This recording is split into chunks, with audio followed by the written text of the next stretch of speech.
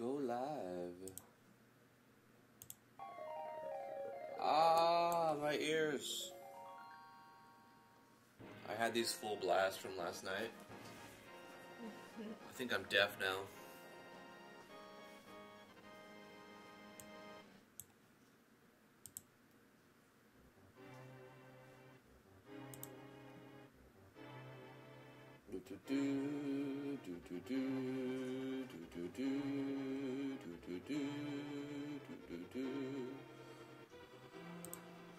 Let's pop out the chat.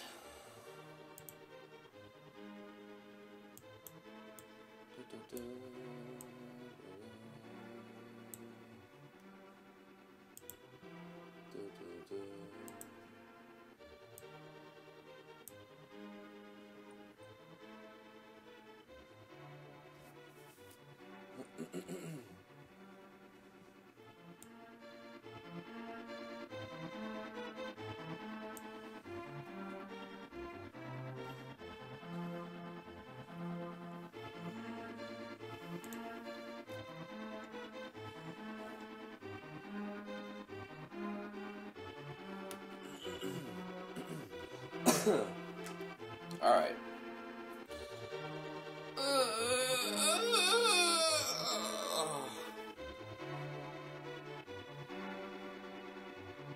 think I'm gonna jump straight into it. Just keep working on my project as long as I can. And if some people hop in, start talking, then I'll respond.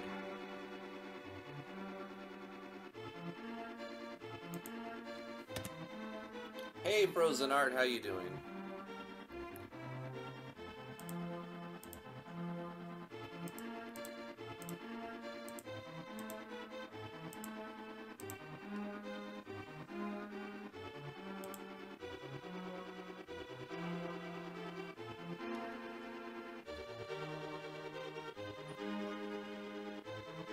Let's see the state of this game.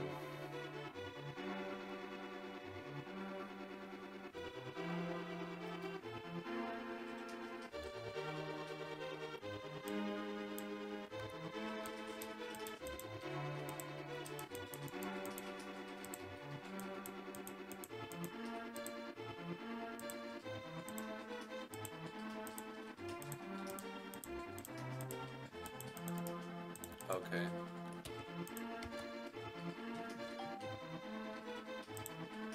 So right now, oh, I should probably advertise the stream. It says link to the past, nostalgia boner.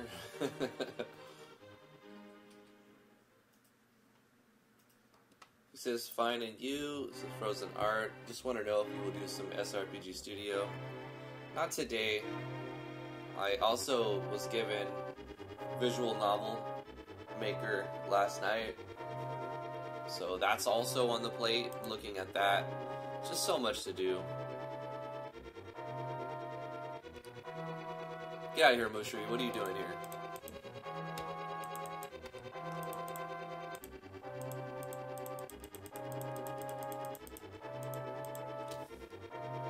Alright, so I probably need to make it so that the sign can hit back, right? I attack, and then I need to switch turns to make it the sign's turn so that it can do something and hit the player back. And also afterwards, when the fight's over, award experience, award items. So let's make some sort of turn-based thing happen. We're using particles for the attack animation, which is fine for now. Eventually we're going to use sprites and then animation particles on top of that sprite animation. Alright, so let's probably look at... I want to make a battle controller. I'm going to have to make a battle controller. Why is this so small? Since I'm live streaming, I should probably zoom in the text so people can see what I'm doing.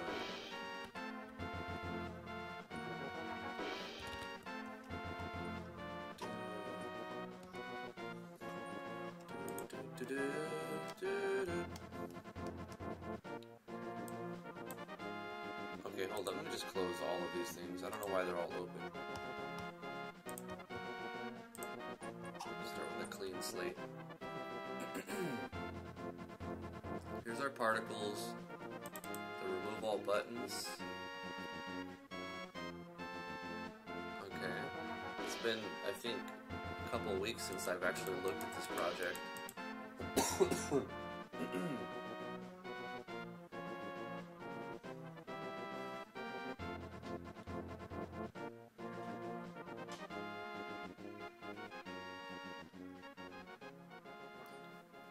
Mushri, I mess with RPG Maker MV 3 days a week. Monday, Tuesday, Wednesday. Thursdays, GMS2. Friday's an open day to do first impressions or whatever else I feel like on that day. If you don't like it, you don't have to be here.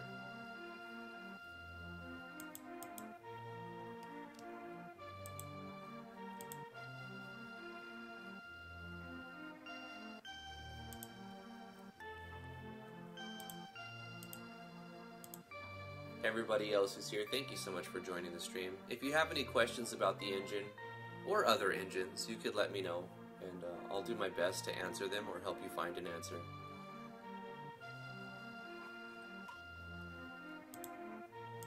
So I'm going to open up a battle controller object.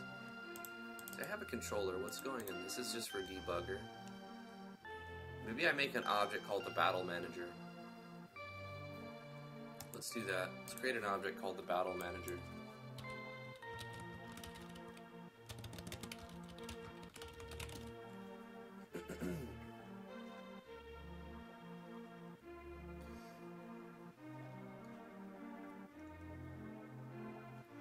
What if you make a Legend of Zelda ripoff and replace Link with Driftwood, Zelda with T, and Jinx as the annoying companion? Sounds doable.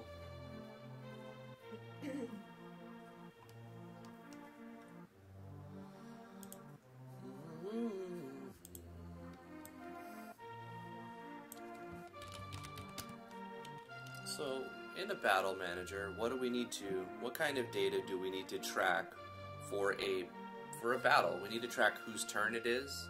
We need to track HPs.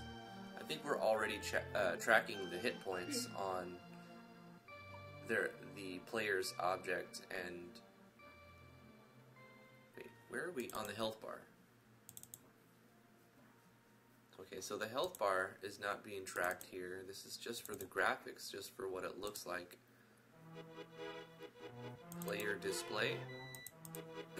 Okay, so the player display is tracking all of its stats.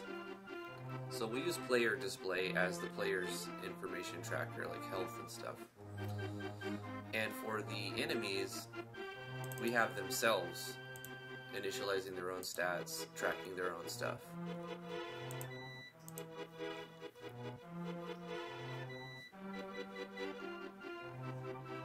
Is that T in the background? Yes, T is here. Hello. It's disrespectful outside. It's so cold, it's disrespectful, so work has been canceled. Yay.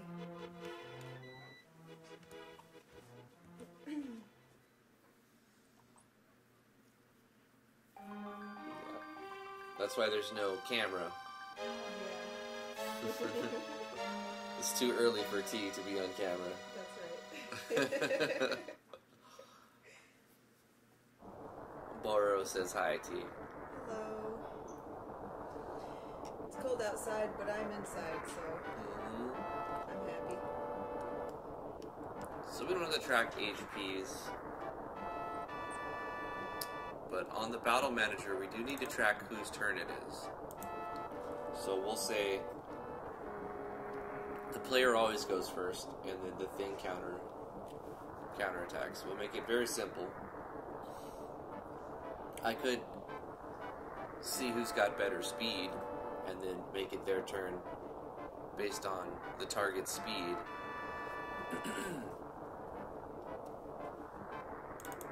We only have one enemy right now.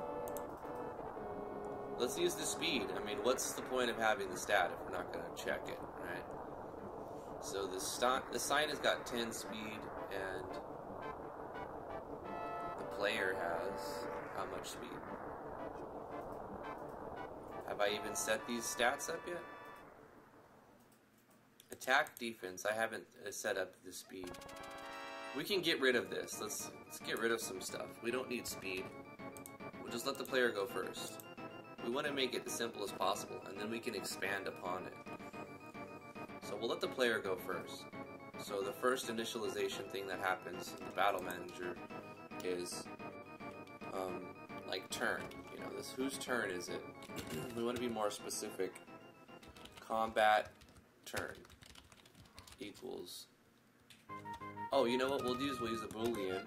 We'll just say player turn true. So if it's not player's turn, then it's the enemy's turn. The enemies will go when it's not player's turn. So player turn is true.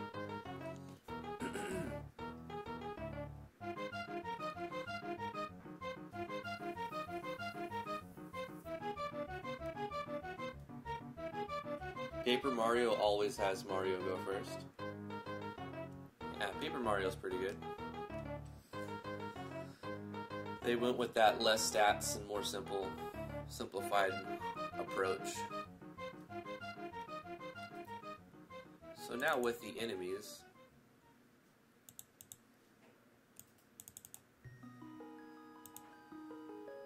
on the step phase, we can say if object underscore battle manager dot player turn equals false, we can have it do something. We can say alarm. We can't set an alarm on a step because it'll just keep setting the alarm. So that doesn't work. However, we could turn on a switch that activates something else.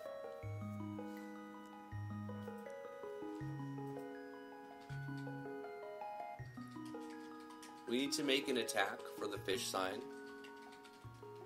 So we'll call it enemy attack.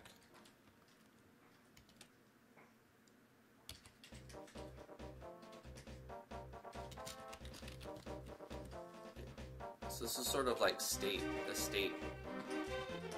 Enemy attack is now true.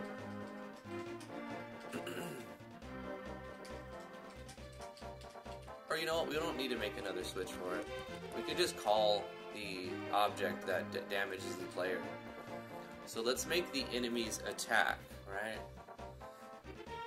Do we need to make the enemy's attack have an object? I don't think so. I think we could just play some particles and reduce the player's hit points here. So we'll say, let's use a script to play a particle.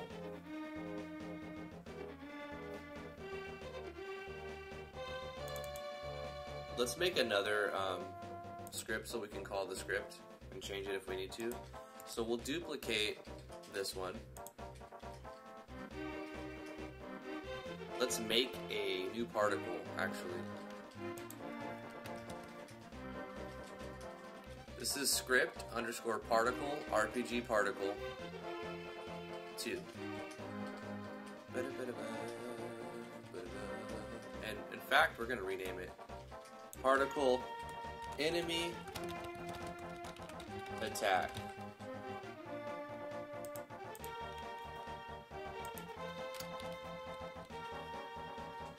Enemy attack.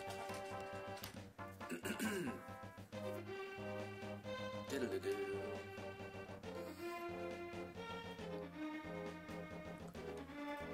So let's close this, or minimize this, Open up Particle Designer.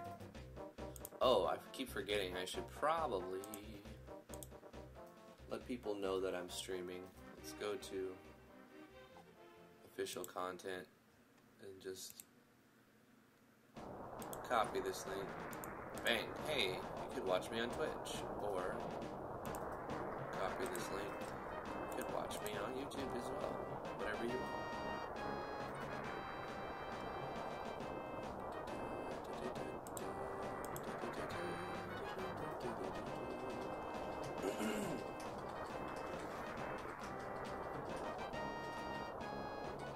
The Dark World legit terrified me as a kid when I played Link to the Past on Super Nintendo, says Ahmed. Gosh, I have such fond memories of this game. It's my favorite Zelda. I know Breath of the Wild's pretty good, but I never played it. This one, however, was an integral part of my childhood. Link to the Past on the Super Nintendo. The sound effects in it are really good. Music's great. Okay, we're gonna make a new particle. Let's whoa. Chill. What happened? How did I crash it right at the beginning? This is an old program. Particle designer. Alright, let's just do like full random. Full random. Whoa. We're not looking for anything huge. It's too big. We could fine-tune things, but it's kind of easier just to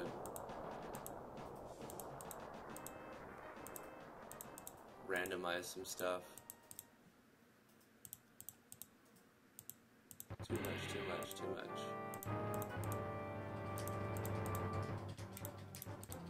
There are better particle generators, particle creators.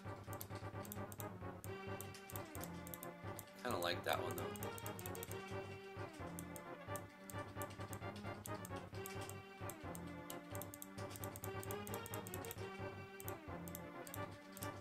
Oh, that's cool too.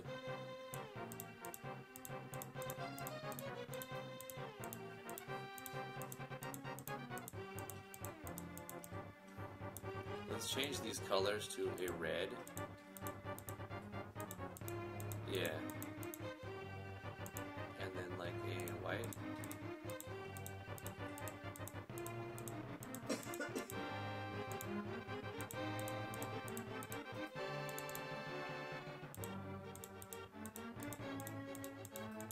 Yeah, that looks more like you took damage.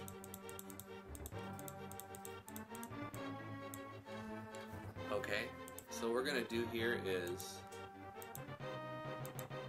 go to export entire system.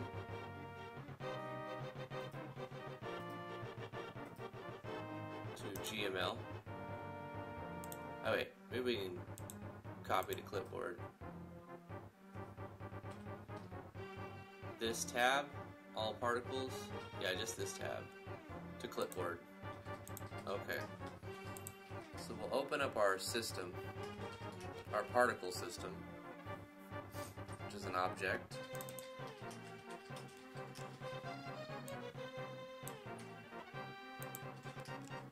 And scroll to the bottom. These are all different particles that I've created in different projects. We'll paste it here. We don't need the emitter, because we're going to call it with a script. And we're going to call this enemy attack.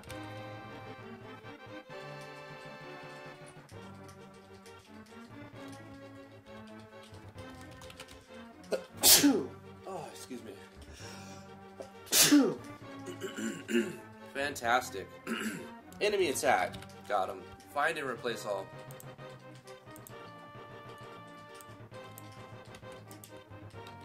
Find particle 1 and replace all with enemy attack. Just like that, yes.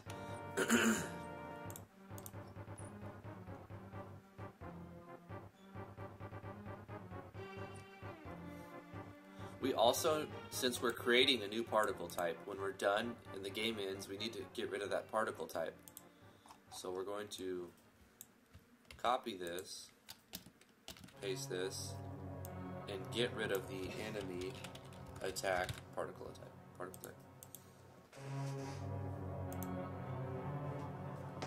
Okay. Now that we've got that, we can reference it in our script here. We want to do particles create, and we're referencing that object, and we're going to do enemy attack.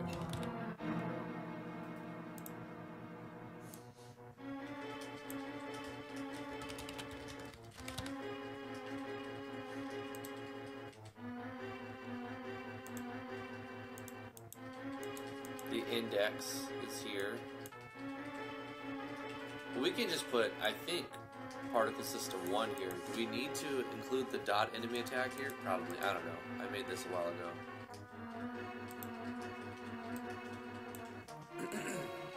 We're going to pass in whatever amount and try different numbers.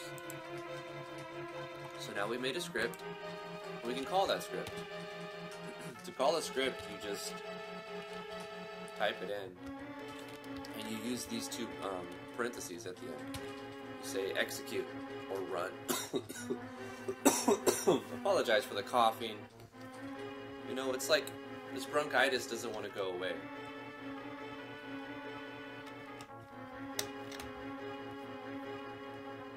Gonna include magics? Yeah, for sure.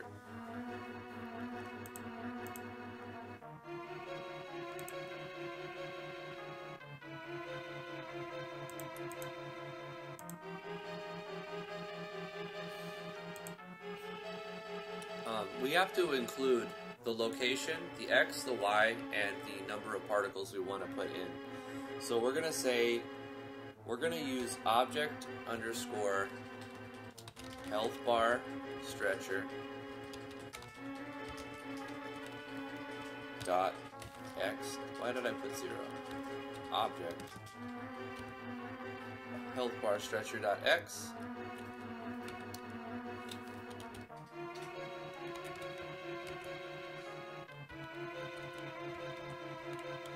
Y, and let's just go with 10 particles for now. And then we'll say object underscore what are we storing the player's HP on? Where are we storing that data? Is it here on health bar stretcher? No, that's just the graphic. That's just where it's at. Player display. Okay.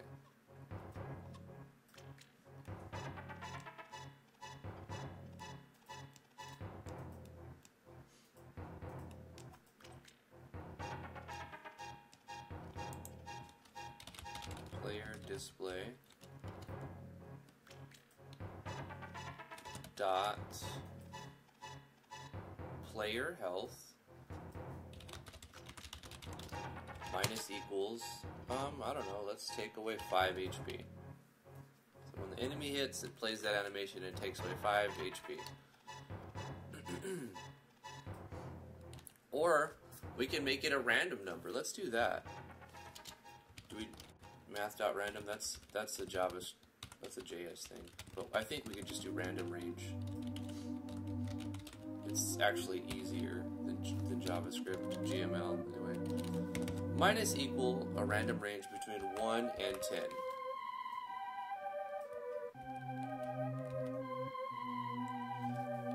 Minus, wait, random range between 1 and 10. We're going to subtract a number, so we want, if we make this number smaller, then it will subtract less. So we're going to use the player's defense minus O underscore player display dot player defense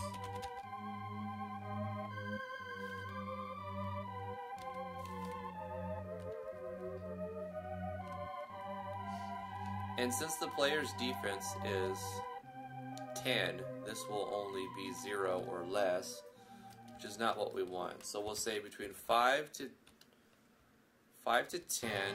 Wait, no, because the player defense is 10. We're gonna say between 10 and 20. That way, as the player gains defense, they'll take less damage. But we also want to clamp. So is there a way I can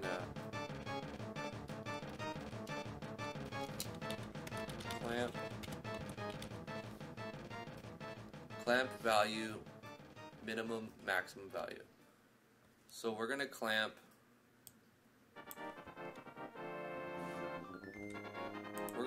right here. we're going to take all of this and put this inside here, and we're going to clamp this random range value, right? And then we're going to put a comma.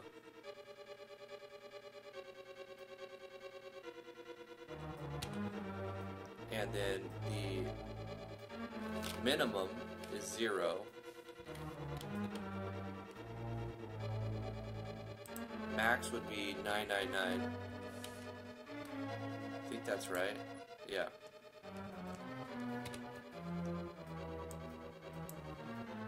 Alright, so the players, on the enemy's turn, it's going to place some particles on the on the player's health bar, 10 of them, and it's going to change the player's health by a random range between 10 and 20 minus the player's defense, with the minimum value of 0 and a maximum value of 999.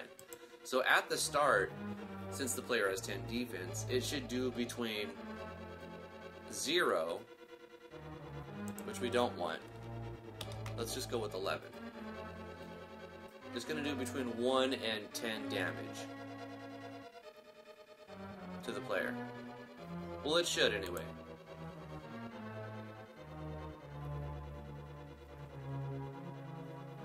And we also need to do something else. This is going to happen every step unless we make something happen. So what we're going to do is say O_battle manager dot player turn equals true.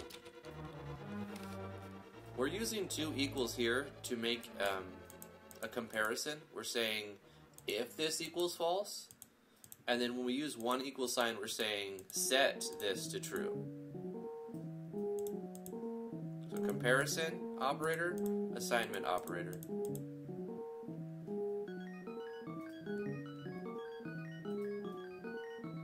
Hey, Chaos Theory. Guess what we doing? What is we doing? Hello, Zyard.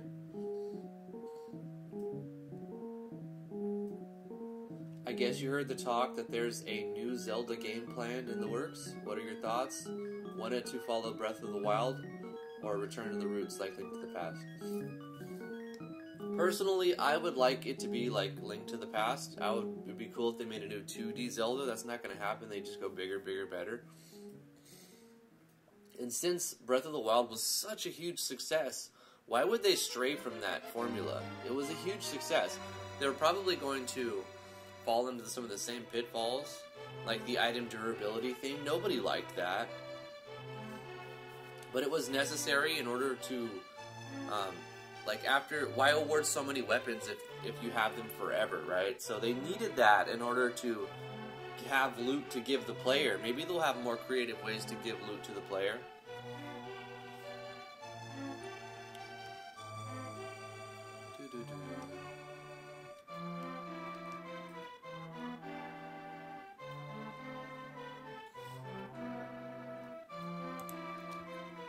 But then again, what if they make like a Zelda side project on their Nintendo Switch or something? It's 2D. Of course, Breath of the Wild is also 3D on the Switch, so I don't know. I doubt they'll make a Link to the Past-like game.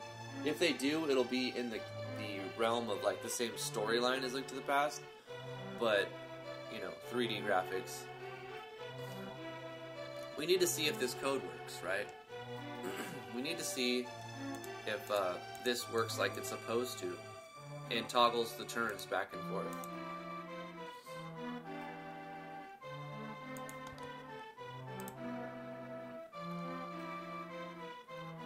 Oh, we have to put the battle manager in we make it a persistent object and put it inside the start screen.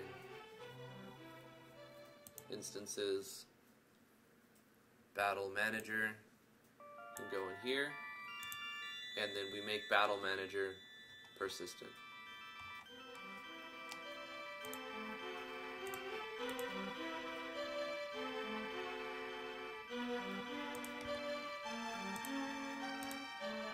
Attack.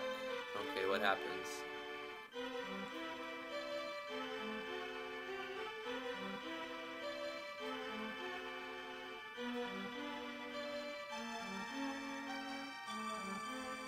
Unknown variable. It's not set before reading it?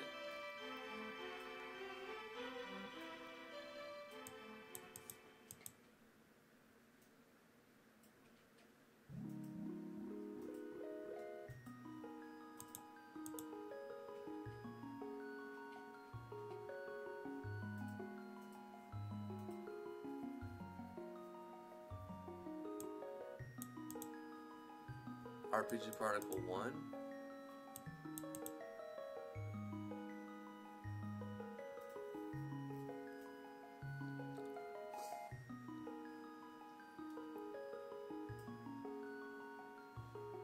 So there's a problem with the particles right now. What's wrong?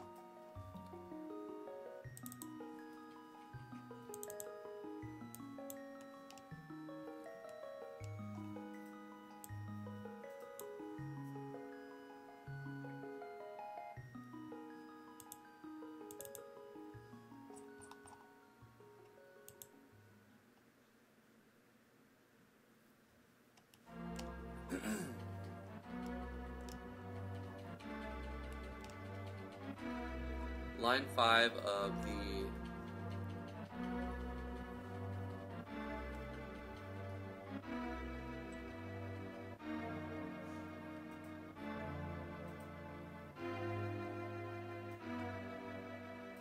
Particle System 1 dot unknown variable, not set before reading it.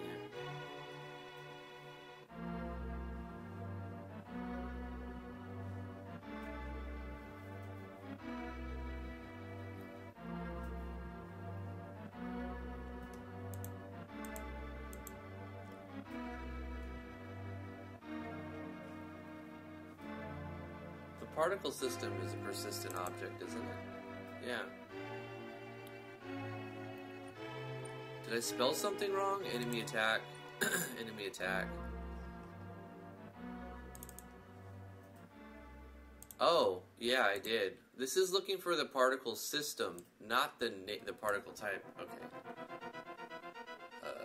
I see the problem. I need to reference this, the part system, right here.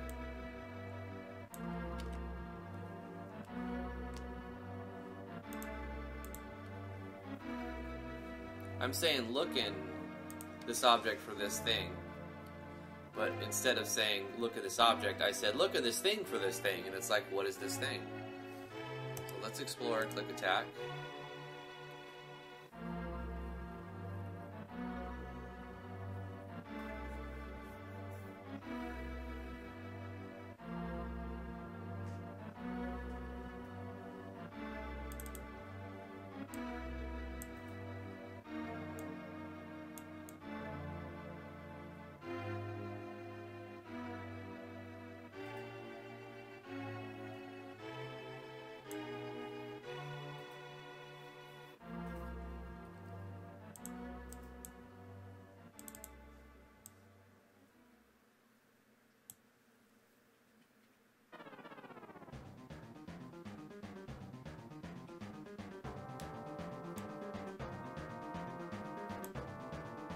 RPG Particle 1. Did I change that somewhere? Gosh.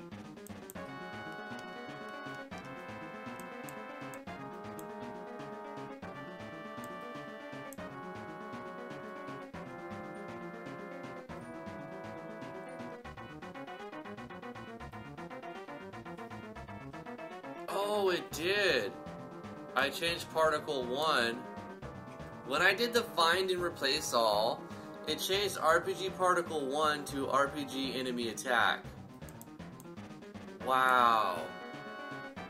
Okay. That's why you can't be so vague. You need to be very specific. No kidding. Okay. RPG test part. I don't know. What are we going to put this? RPG new particle. Can't use particle. New part.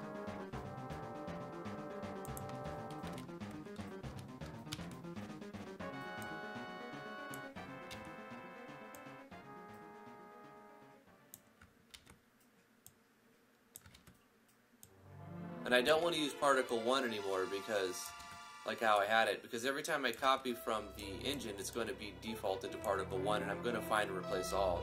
So we're going to create a different name. I found the bug, though. New part.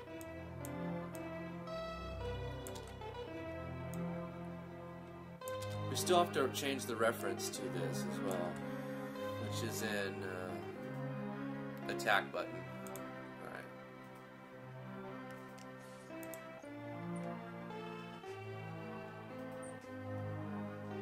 RPG particle 1, which is not. We want that new part.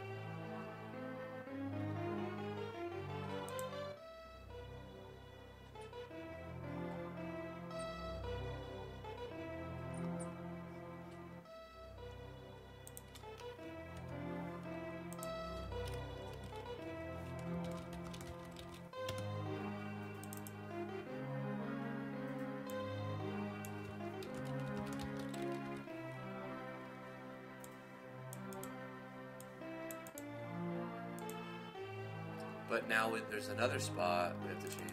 Where's it at?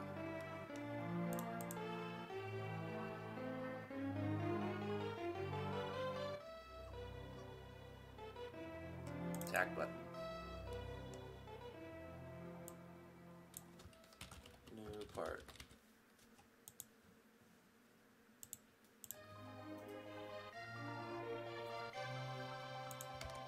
Okay, explore attack. Hey, it worked, but now it's still not affecting the player's HP.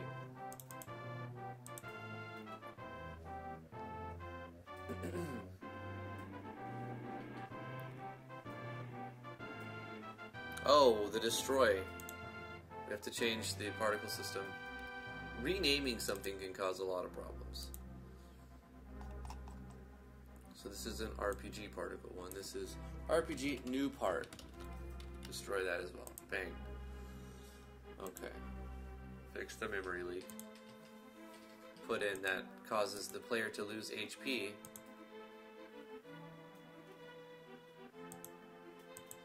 Where does it say HP minus 10? HP is for the with the fish sign. So the fish sign loses its HP there. But for the player, we're using player display, which is called player health.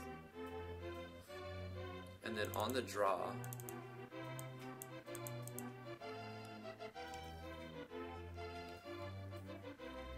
we have player health being adjusted here.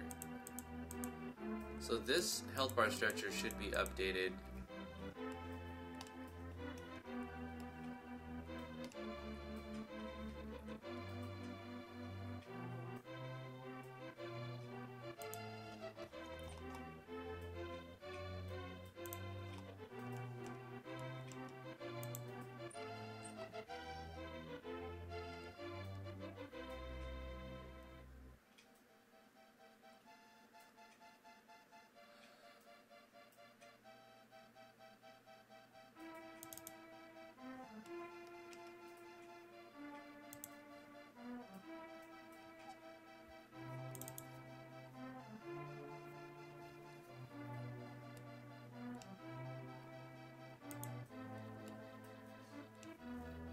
Oh, right. When we attack, we have to turn the player's turn off, so it never becomes the enemy's turn.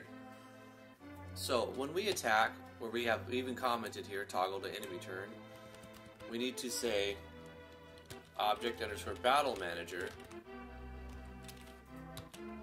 dot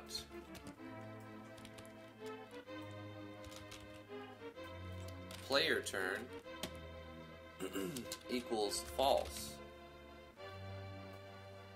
Now that turns off the... Where's our battle manager? This turns off the player's turn.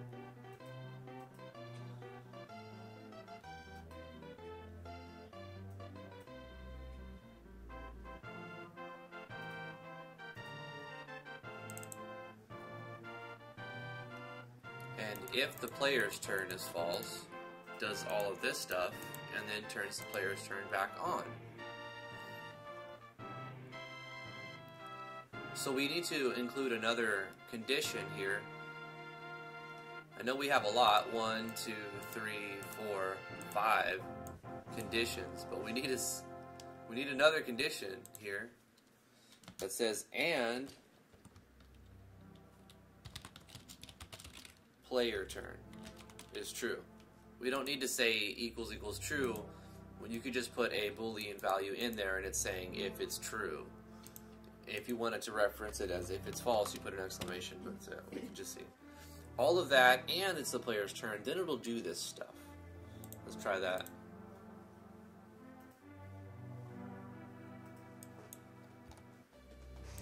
Explore, attack. Okay, where are we crashing here? Variable, action button, player turn does not... Oh, right. There's no player turn on the action button. We have to reference the object that holds the variable player turn. So this is object underscore battle manager dot player turn.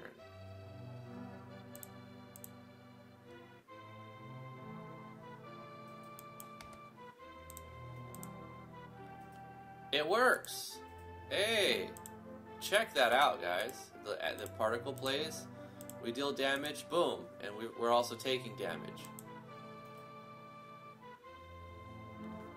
I want it to round to the nearest as well. We're clamping, but we need to also round. So let's look at our damage formula. Hey, that's progress. I'm happy with that.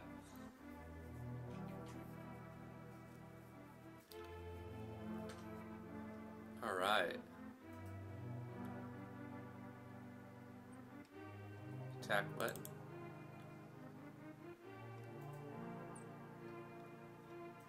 And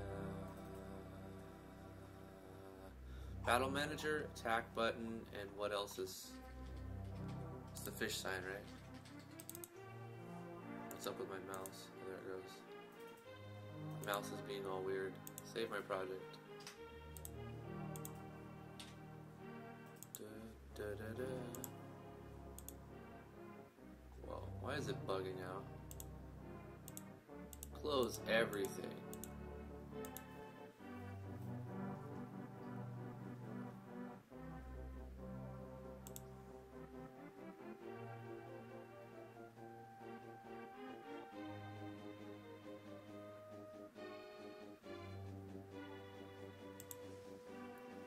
Okay, let's try this again.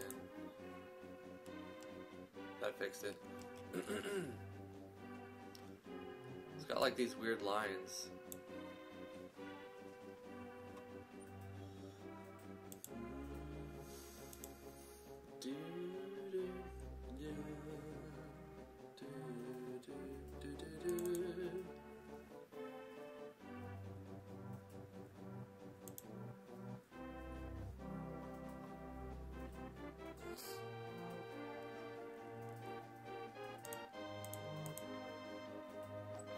I definitely need to mess with this every week. I can't miss a week like I did, because then you start unlearning things after the second week.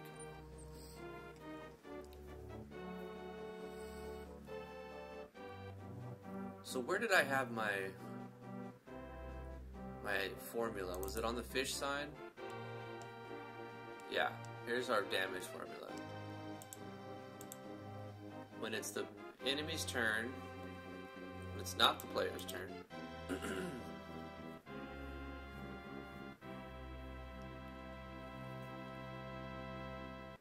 Play the particle. 10 particles seem to be fine. It looked good. Hey Doc Weeze. Hey OmniSlash. How you guys doing? How you guys feeling today?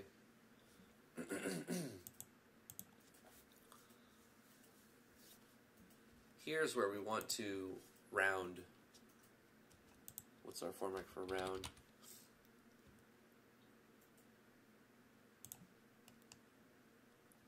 Let's look at round.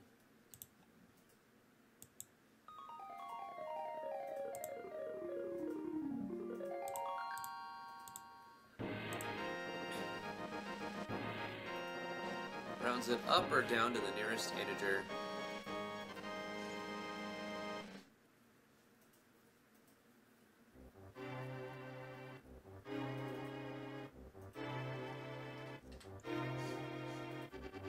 called bankers rounding.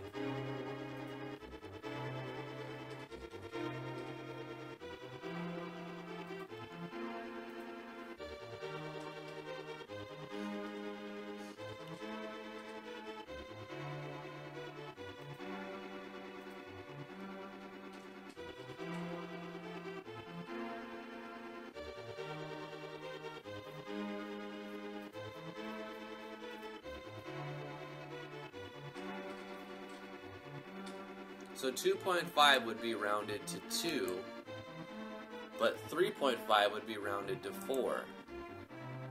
That's called bankers rounding.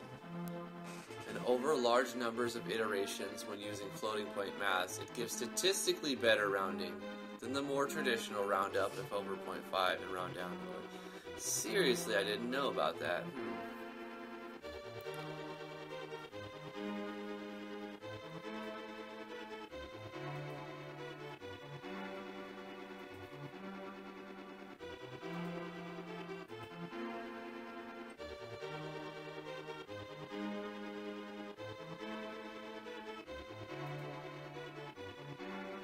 Okay, that's fine. We'll encapsulate the entire thing with a round.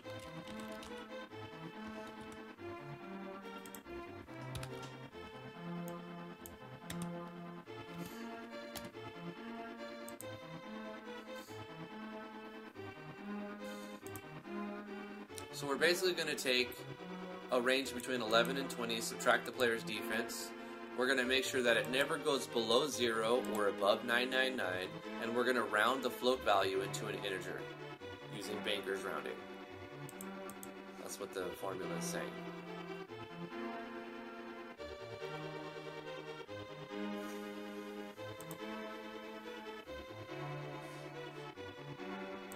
Let's see if this works.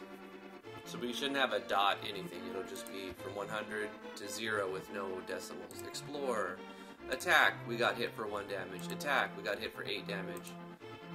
2, we got 2. 3 damage. 5 damage. 10 damage. 8 damage. 2 damage. There we go. I like it. It's really good. So we need a victory condition and we need a lose condition as well. Wait, don't we already have a game over?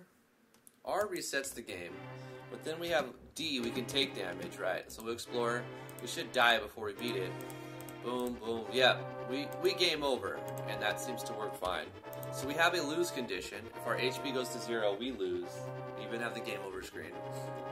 We need a victory condition. When we beat this thing,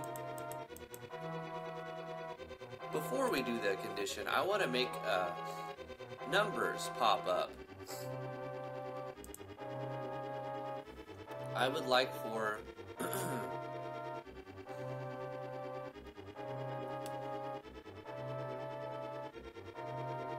let's do this. We're gonna say damage equals this. Copy, paste. And then we're gonna say player's health minus equals damage. Like that. That way we can reference damage and display damage as a number. I like that better. So we can reference object underscore anim fish sign dot damage. So let's do a draw.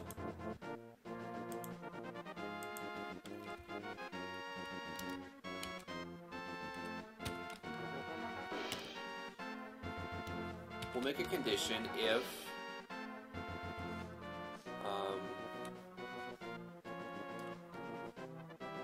when do we want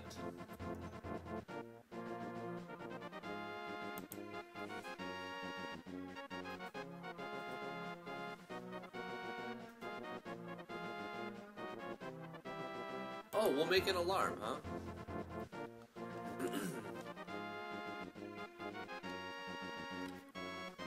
We'll turn on the switch and make an alarm. We'll say display damage equals true. We'll have to create this. Display damage equals false. Make makes more sense to put this below.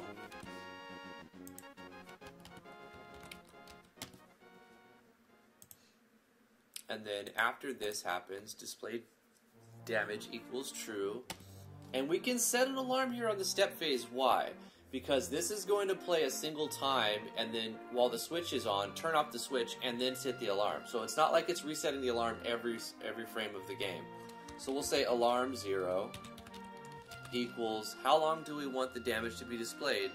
Let's just say 2 seconds for now. So the alarm is going to erase the damage. So display damage is true, alarm 0 will be 120, and then what's going to happen when alarm 0 triggers? Remove the damage draw. We'll say display damage equals false. That's all it does.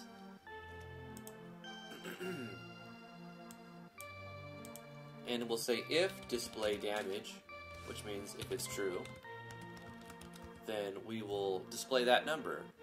We'll draw, set, color, see red, draw,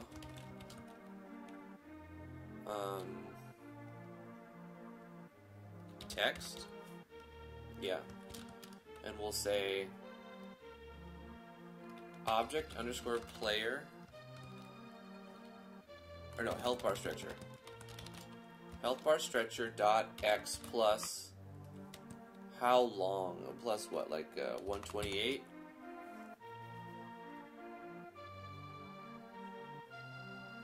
Draw text on the, okay, comma, O underscore health bar stretcher dot y. Could be the same y. And then what are we going to be drawing? We're going to be drawing damage. And since we're on the fish sign, we don't have to reference the object because we're in that object. So we're just going to say draw the damage string. We may actually need to go like string and then put this like this, so that we turn that integer float value that's clamped to an integer to a string. So we'll say draw the string of this integer so that it shows the string value number.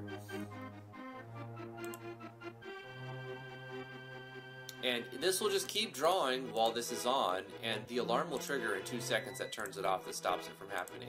Let's see if that works right.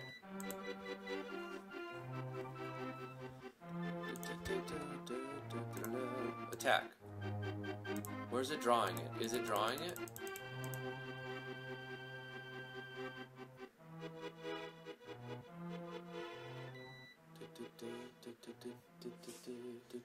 No, it's not drawing it. Okay, display damage true, and then alarm 120.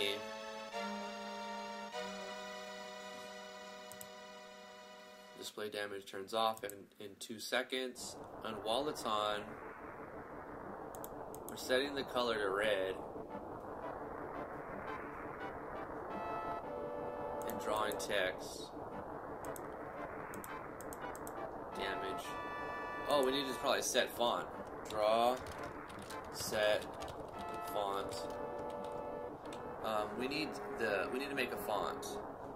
F underscore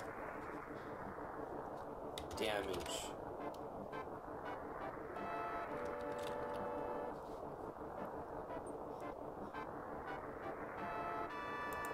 So let's create a font called F underscore damage.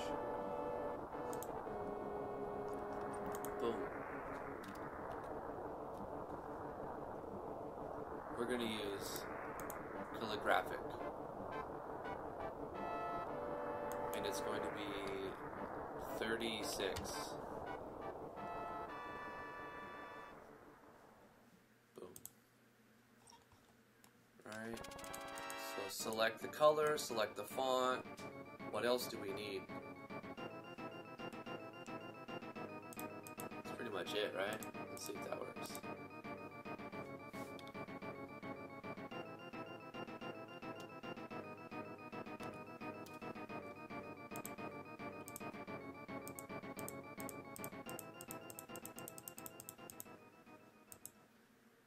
Maybe it's drawing underneath the health bar.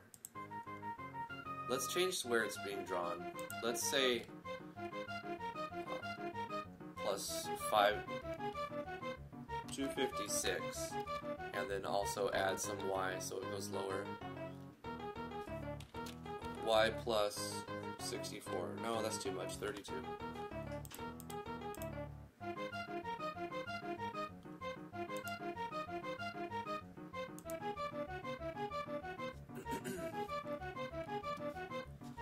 Explore, attack it. It's playing the particles. I don't see it playing. Oh, wait, I do see it. It's drawing underneath these bars. That's what's happening. All of this stuff is happening above it. I need the text to appear above the health bars.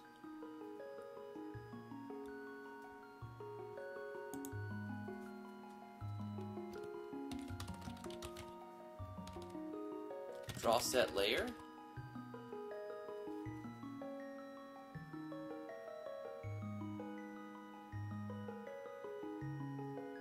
How do I draw this text on top of the other things? I could always move it, but let's just bring it down 128. But it is drawing like it's supposed to. It's just being it's drawing behind something. I need to like set the layer for this to be above somehow. Use the draw GUI event. Dude, you're smart. Stick around. Please stick around. Let's take this little spiel and add a draw GUI. Damage stuff.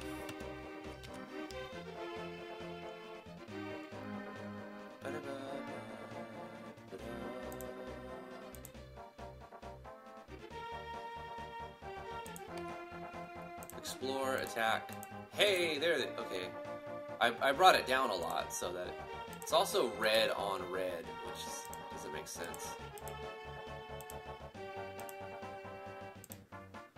Let's change the font to be a little bit larger.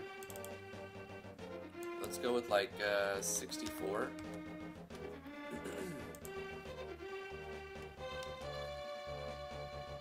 And raise it up to 64.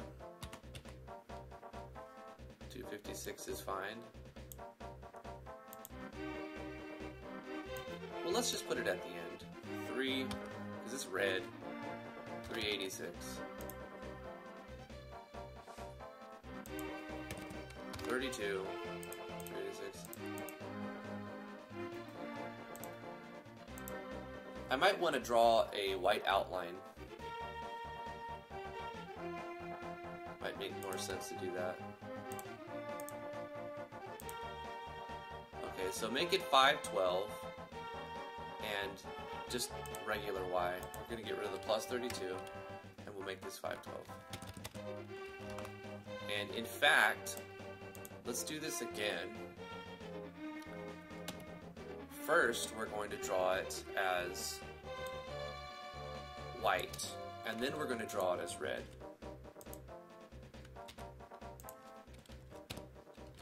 So we're going to draw this as white, copy this here,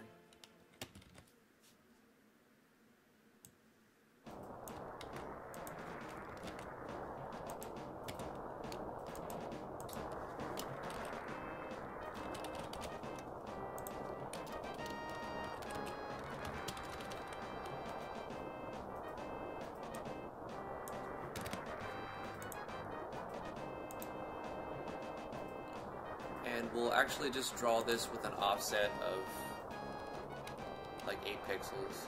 So we'll say, or 12 pixels, whatever. No, 12 is way too much. Let's just do 4 pixels, 508, and then you draw this on top of it.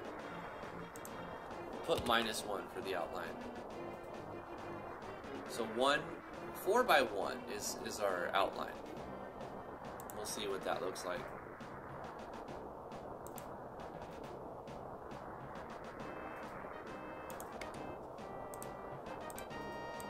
Dude, I love it. It needs to be a little bit higher. We'll also change... No, I like the particle in the top left. It makes sense right on the X. I could just put the damage number there. It would make more sense there, wouldn't it? Let's put it there. So we'll start negative. Negative 8. Wait, how big is it? It's negative 16. We'll do negative 18, and this will be negative 16. And this will be negative 1, and that'll be on 0. I think 4 pixels looked better, so let's do 20.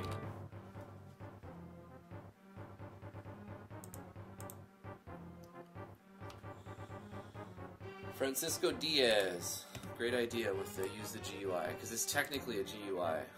Alright, so we need to subtract more and subtract some from the Y as well. Put it in the top left corner. You know what? We could just specifically say where we want it to be. But in this case, if we move the health bar, it's better to do it this way, because if we move the health bar, then this will just update based on the health bar. So we'll keep it, we went this route, we'll continue going this route. Subtract another 32 pixels from it, so let's say we'll subtract 70, or we'll do 68, and this will be negative 64, and then negative 33, and this will be negative 32.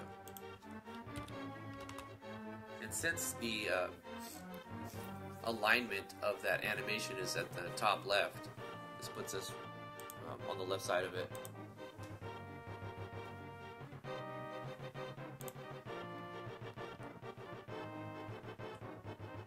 You're welcome. I like your programming adventures in GMS2. That's what they are. They really are adventures.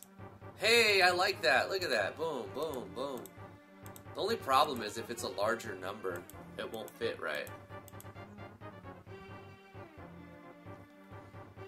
Let's move the health bar and the stamina bar. Let's move them a little bit.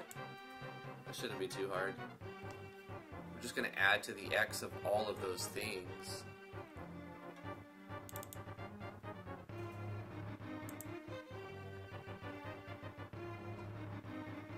Player display.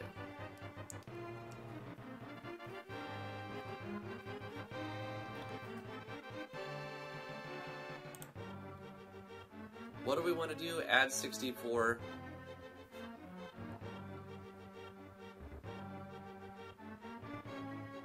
Or maybe we should add 128. Let's add 128 to all of the draw text, and where else?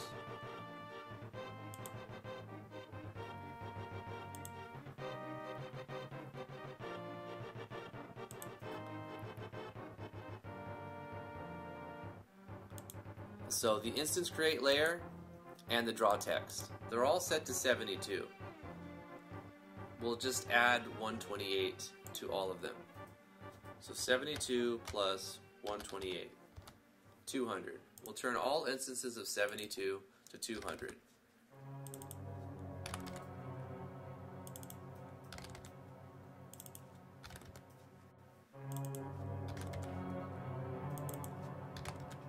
And we'll use H-align for the draw text. We'll align it to the right. There we go. Explore. Boom. Attack. And now we have space for larger numbers. 999. I think 3 digits is a good cap for attack.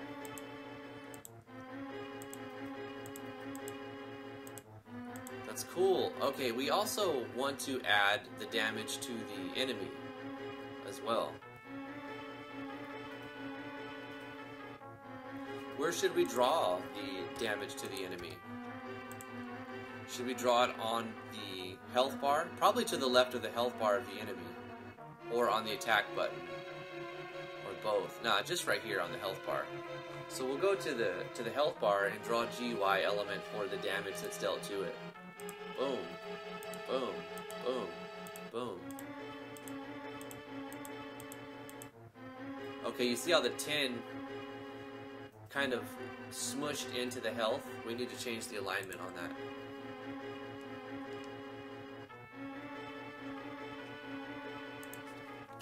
Draw, set, H align, and we're going to say left. Font alignment left, or as I sometimes say, facing left.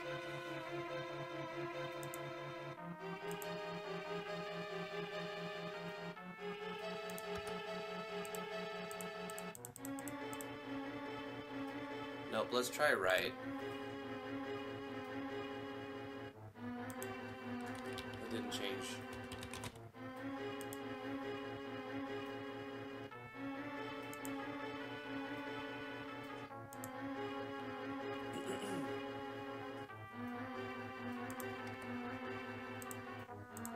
There it is. I need to get it to say 10 to see how it's going to use larger numbers. That's what I wanted to do.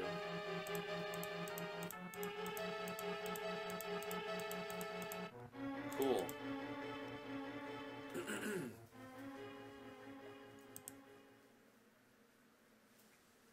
Alright, so let's make the damage for when we hit the player, or when we hit the enemy, to the left of the enemy's health bar.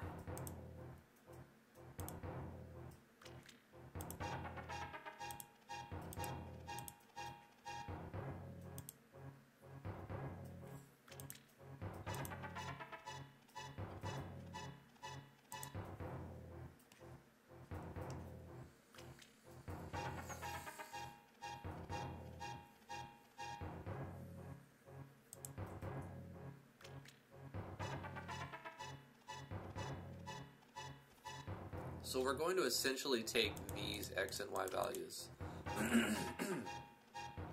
where we're drawing the health bar.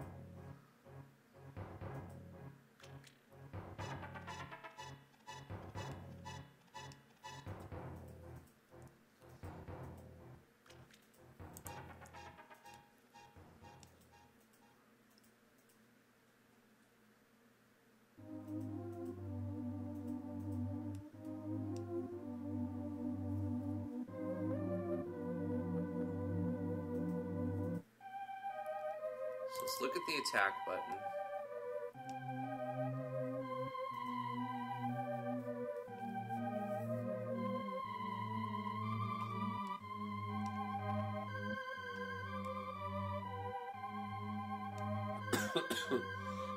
Oh, battle manager, I got it. Because we need to get I don't know how to say it.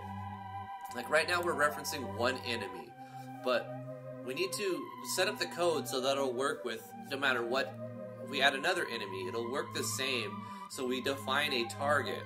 So we'll say if instance exists, O underscore and in fish sign, then target equals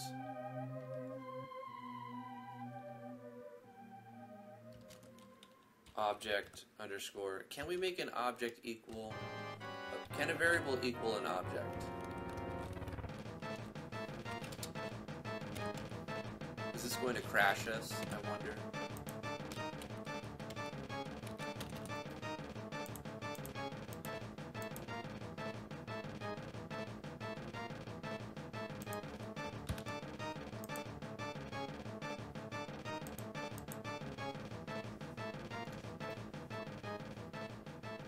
In this case, we can reference battlemanager.target for whenever we are, instead of referencing the fish sign. So like for the attack button, we can say with target.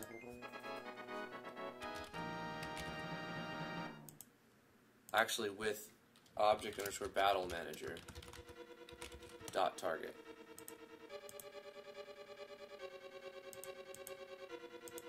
Maybe that'll work. This might give me an error when I click on the attack button.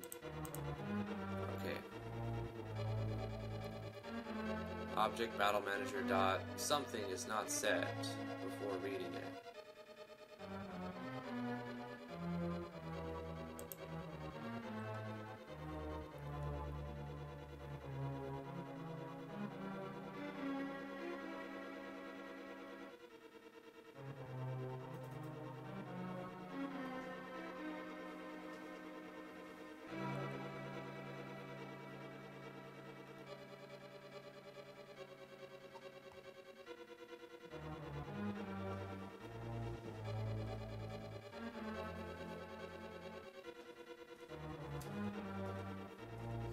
Is it because I'm using with? Maybe I can't use with.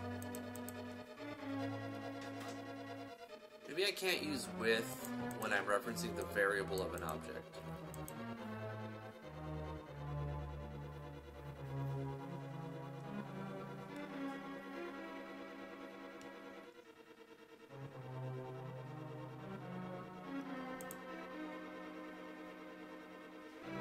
I would like to be able to go target.hp, but then it's going to be like, we don't know what target is. We don't know what the object target is, because target isn't an object. It's a reference to an object inside the battle manager. So this, there's a way to do this.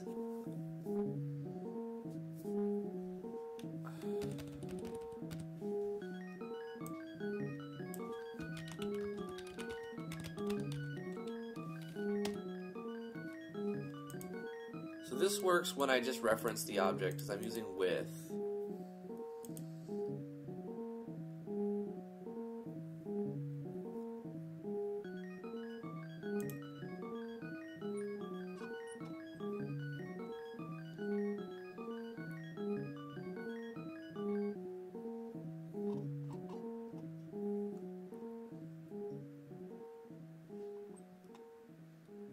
Or you know what I can do? I can say, if target equals object underscore and a fish sign,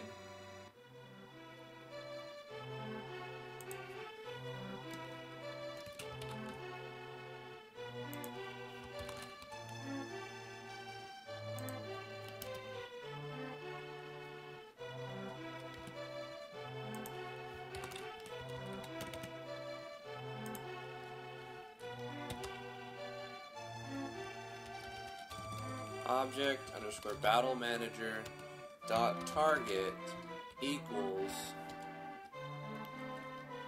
object underscore and in fish sign. If the variable inside an object equals the object, does that work? Will that work? Then, do this stuff. We'll have to change it, of course. Then play this particle. We'll have to specify the X and the Y now, which is fine. We'll just use object underscore health bar stretcher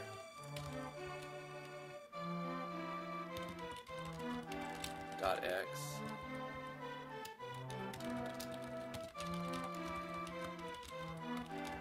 dot Y.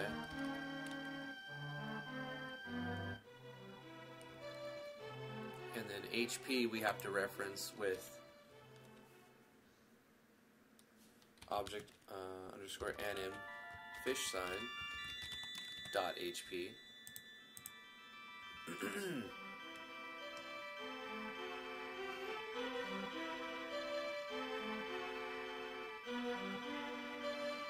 So if the target equals this, then do that to this.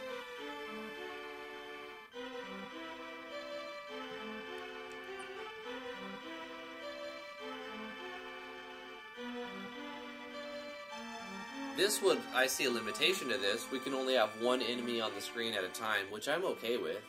I want to make it simple.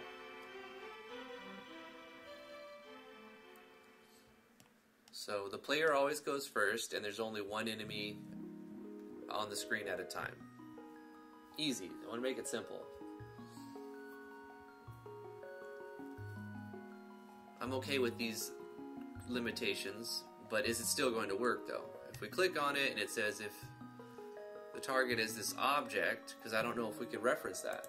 Let's see if it crashes on me. Explore attack. Okay, battle manager dot unknown variable is not set.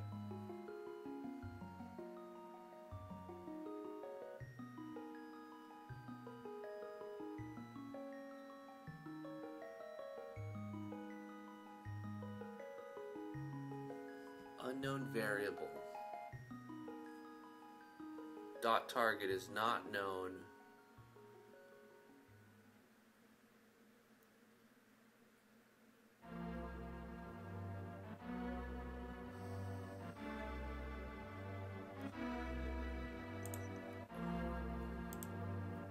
So this doesn't work. Why? Is attack button...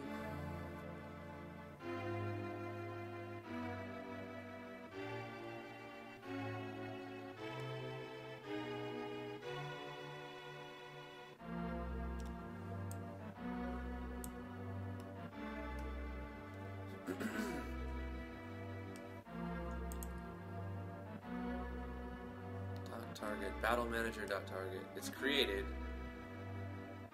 Oh, simple.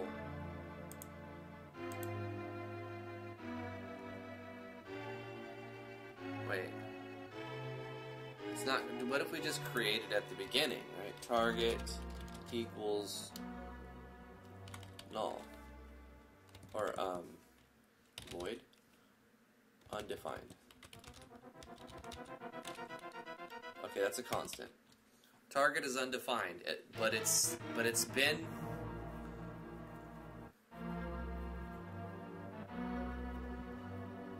saying target is undefined if the fish sign exists.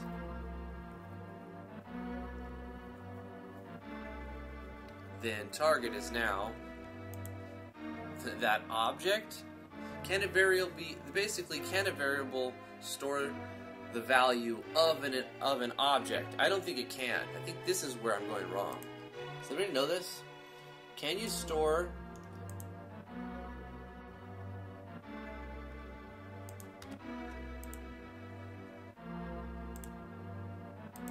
now nothing happens. Okay.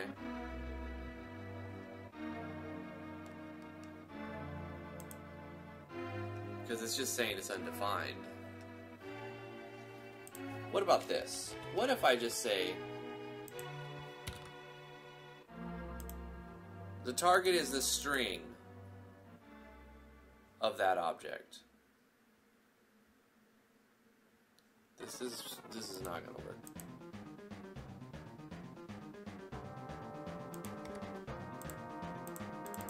No.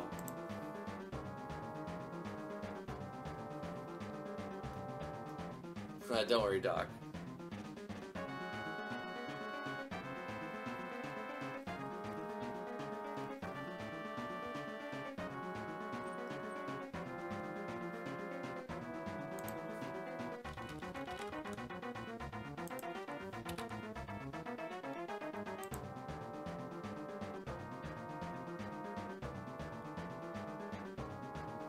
I think I'm going about this the wrong way. I think I just need to create a Boolean on that object that says is target or something like that, right? Because I can have it store a Boolean value. I don't want to store the entire object as the variable. I'm doing this completely wrong. If battlemanager.target equals fish sign dot is target. Right, and isTarget doesn't exist yet, I know that. Let's just add it. So we'll say isTarget equals undefined. Player's turn is true. Wait, we don't need this here. Battle manager. If instance exists, then target equal is target. Wait. Oh my god. Because I need a reference.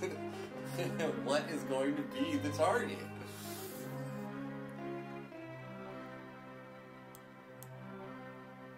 then target equals object animated fish sign dot is target.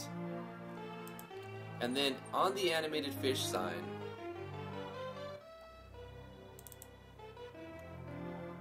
on the create, is target equals false by default, right?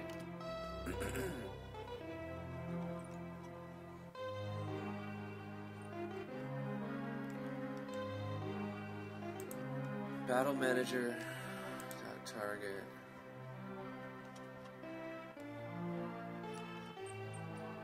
Where's my battle manager?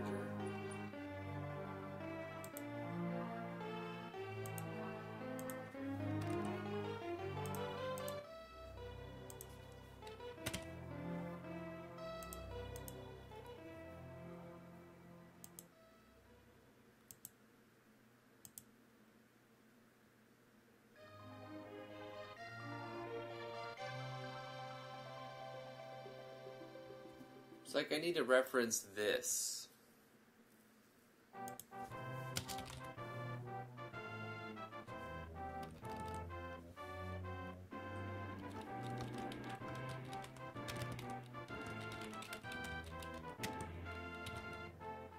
But that's not a built-in thing. It is in JS.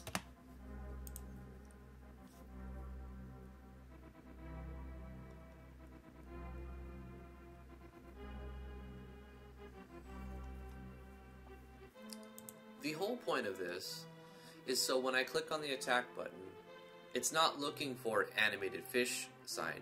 It's looking for a target, which may be animated fish sign if that instance exists.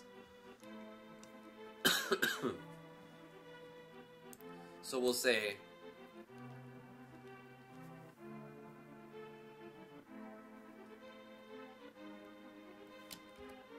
so if the battle manager dot target equals to the fish sign dot is target,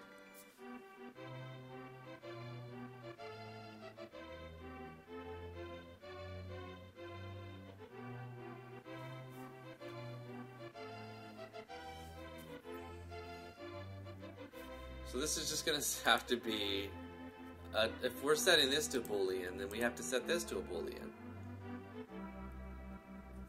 What if we, instead of using Boolean values, we use a more variable value that lets us just pick and assign an ID. We have to assign an ID number to all the enemies. That's what we have to do. Let's do that. Okay.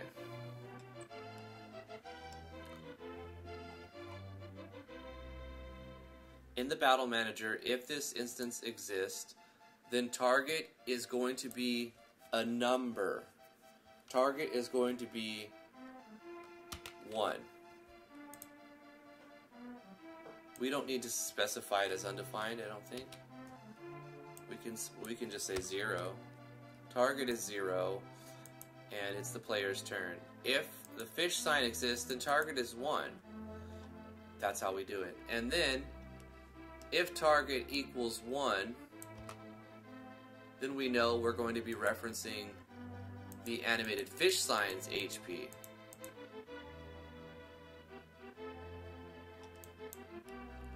When we click on attack, we're going to change our formula now. We're going to use a similar formula to our fish sign formula. We're going to do this. Copy this.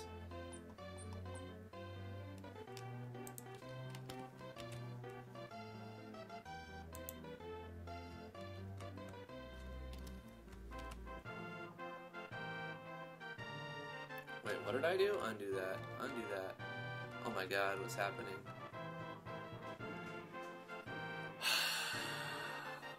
Undo. Undo, undo.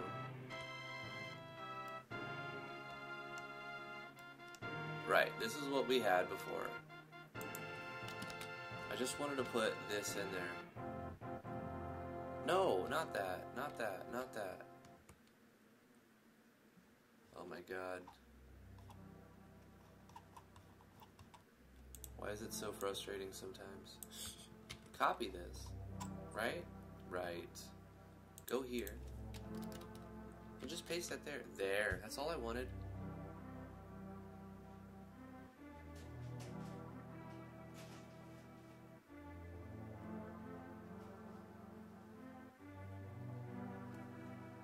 That's okay.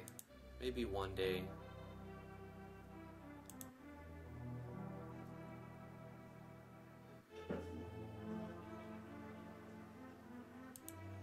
What does it mean syntax error here? Open, close. So we have two opens. We have an open here, don't we? We have an open, and then another open, and then a close, and another close. Oh, I see. That's what it is.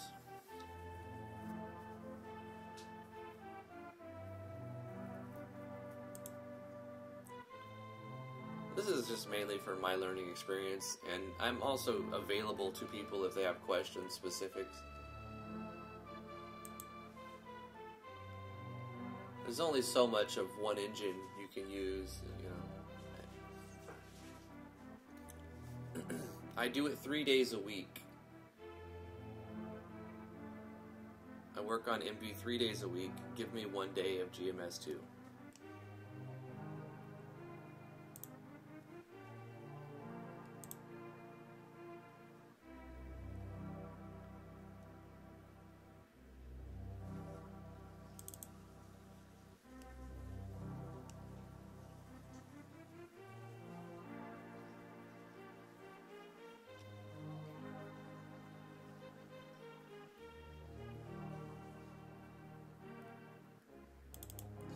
Display, which we don't need up right now. We need the attack button.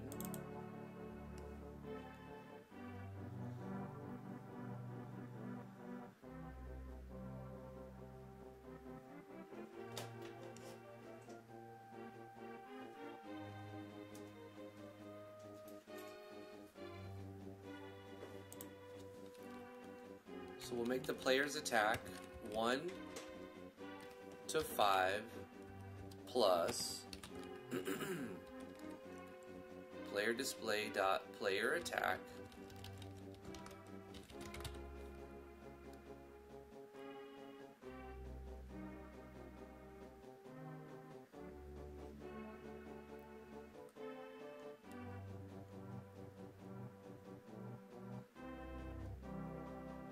actually 1 to 10 makes sense, give it more variance, plus the player's attack with a minimum value of 0 and a maximum value of 99 that's been rounded to the nearest integer using Banker's rounding. Now this is a variable on attack button called damage that doesn't exist. So we need to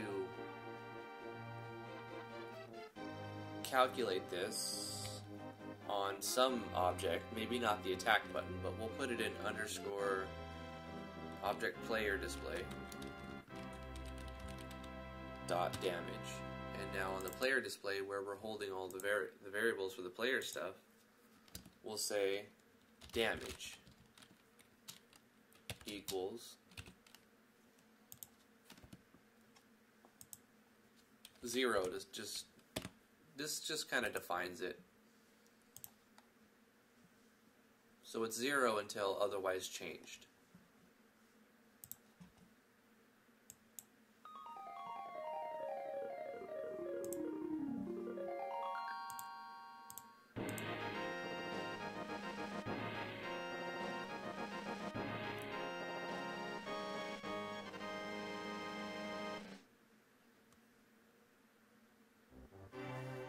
I see. Yeah, it can be frustrating when you kind of like hit the wall, you know what I mean? You hit that invisible barrier that's not letting you get through, and you're like, why? What am I doing wrong, or why am I... With me, it's like, why am I not motivated to so-and-so do X thing?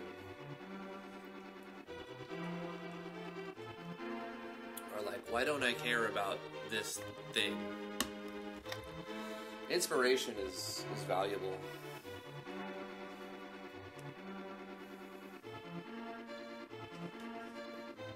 So when I do find like the motivation or inspiration to want to do something, it's always a bonus. I'm always like, I feel like doing this. Yes, that's good.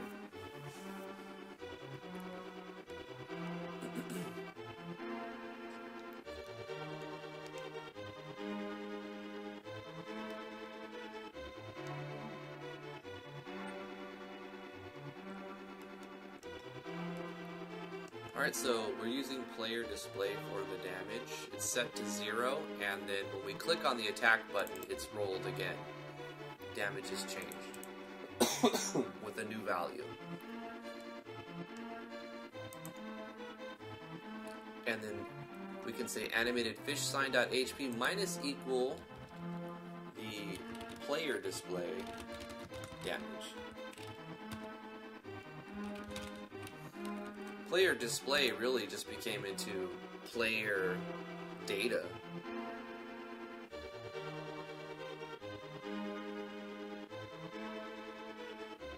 But I don't feel like renaming it for just the sake of an arbitrary reason. Player D.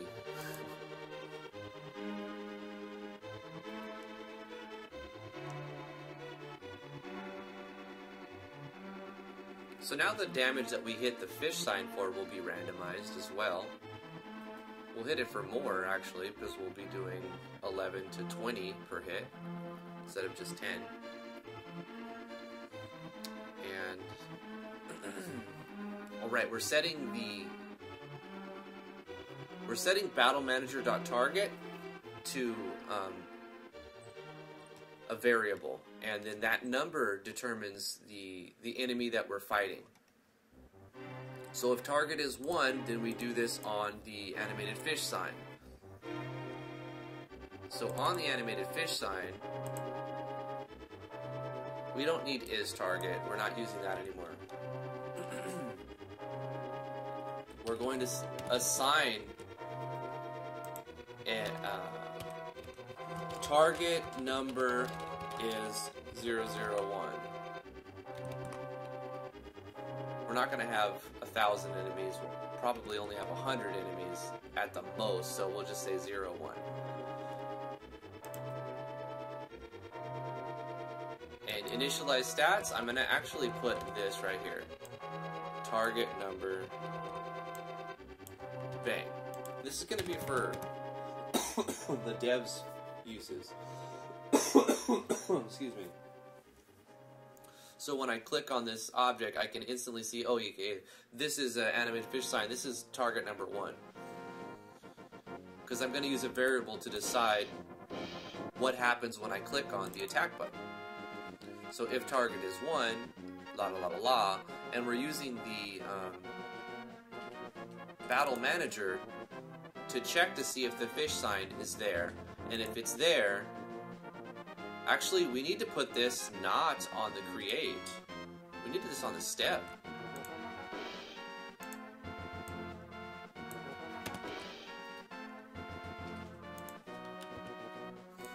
Assign target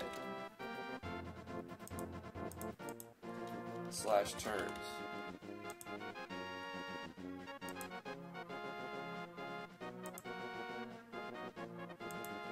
So when it's created, target is 0, player turn is true. This is just to set the variables, and then we can reference them. So we'll make another condition. If instance exists, okay, we'll say if target is not this number, if target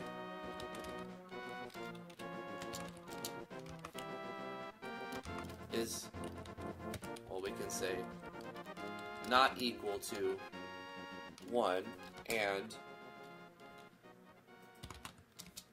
because once it's set to 1, we don't need to keep setting it to 1. So if it's not 1, set it to 1. Well, if it's not 1 and the instance exists, set it to 1, but then don't do anything, right? So if the target is not 1 and the instance exists for animated fish sign, set it to 1. And now we can reference our target number in the battle manager to decide where we're going to be drawing and on what object we're going to be drawing the animations, the particles, the numbers, everything.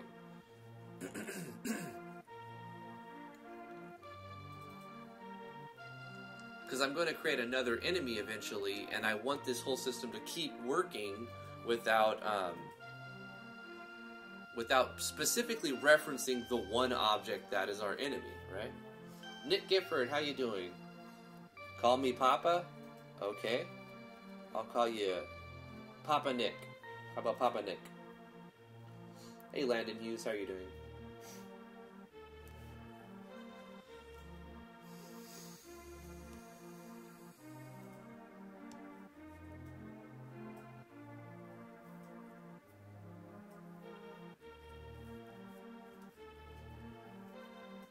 So if the target is 1, then we do this here. And essentially, what I'll do is copy-paste this for each potential target. Once this is set up correctly. And we'll replace all instances of animated fish sign with whatever target 2 is. But you know what we could do? We can change. The problem is setting a variable as an object doesn't seem to work right. I'm doing great. Doing real good.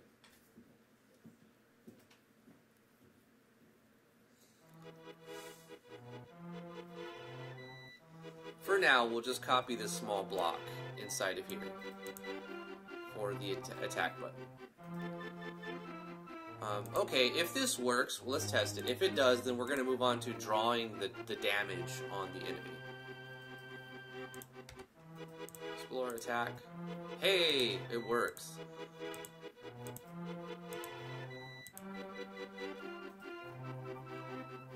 Okay, we have a problem. If we click attack after the sign has been destroyed,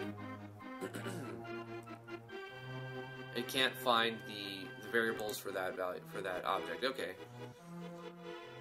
So what we'll do is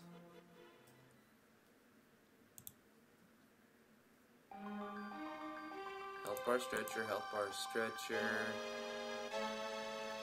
where we do the damage, we'll say if instance exists O_anim fish sign for now. Otherwise, I mean, eventually it's gonna change scenes after the thing is destroyed. But for now, just so it doesn't crash, we'll say if this fish sign is here, then take away HP from it based on the player's damage. I think that was the only bug, but there might be another one related to that. We'll see.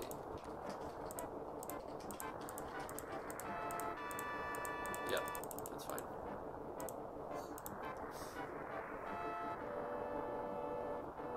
No problem, Doc. Good luck, man.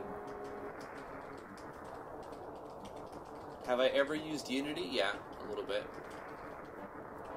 I have like a introduction to Unity tutorial somewhere on my YouTube. I was going to do tutorials on Unity, then I'm like, I really don't know enough to try to teach Unity. Like, and besides, there's so many people already teaching Unity. Like, the market was saturated with people making tutorials, which is good. That's a good thing. And I know a few specific things. I think I made like a start menu and an options menu, and like I'm just not good enough to like be the go-to guy for Unity, so I didn't really go down that avenue. I stuck with MV for a long time, and I dabble in GMS2 and a little bit in SRPG Studio. I have like a small set of tutorials for SRPG Studio, and yesterday I got Visual Novel Maker, which I'm just poking my head in and looking at.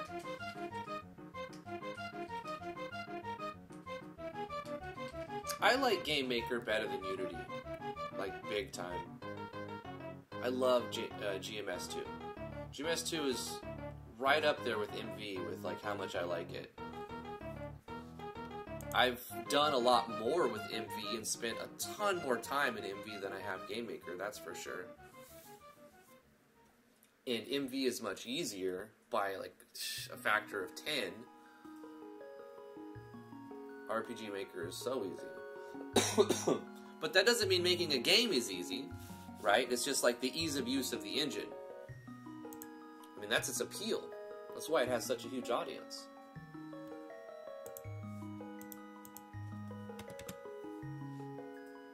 Alright, so I can get rid of this section now because we've got a working solution here. Clean up the code some. So now, let's draw the text.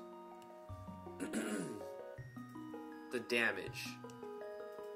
We want to draw text with the draw GUI event.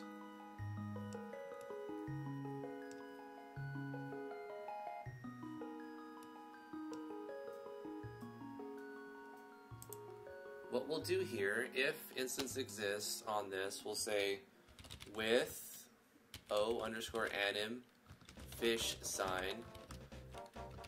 We'll set alarm. Are we already using alarm 0? Equals 120. On anim fish sign, where's it at? This is already up. We're already using alarm 0. The damage draw.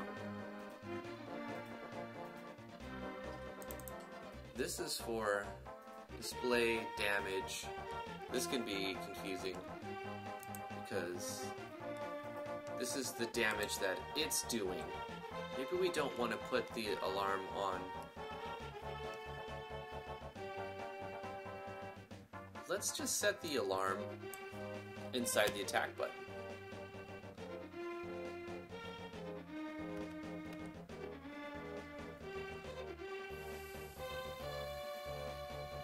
Alarm 0 equals 120.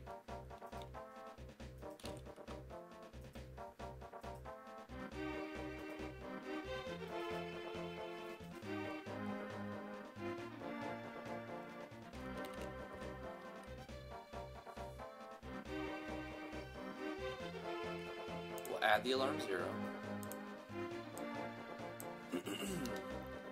And this will be show player hit damage.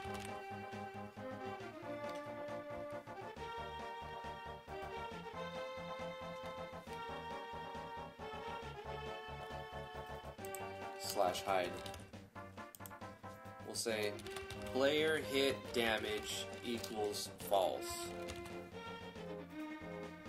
And on the create for this, at the bottom, we'll say player hit damage equals false. So it's defined on creation. And on the alarm, it's referencing what's already been created. But what we're going to do is turn player hit damage equals true at this point, and then for 2 seconds. And then after 2 seconds passes, false.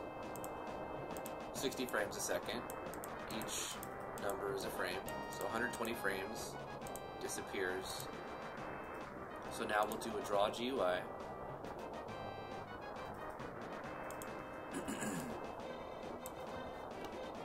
Player hit damage. We'll say draw player hit damage.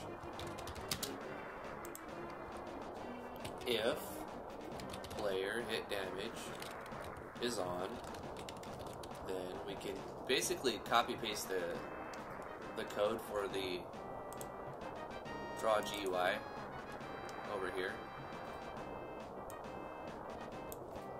but change the specifics. Draw set font, we're going to call it damage. We're going to show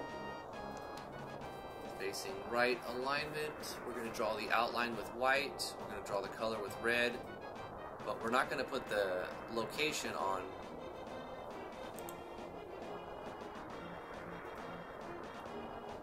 the health bar stretcher. We're going to put it on the target.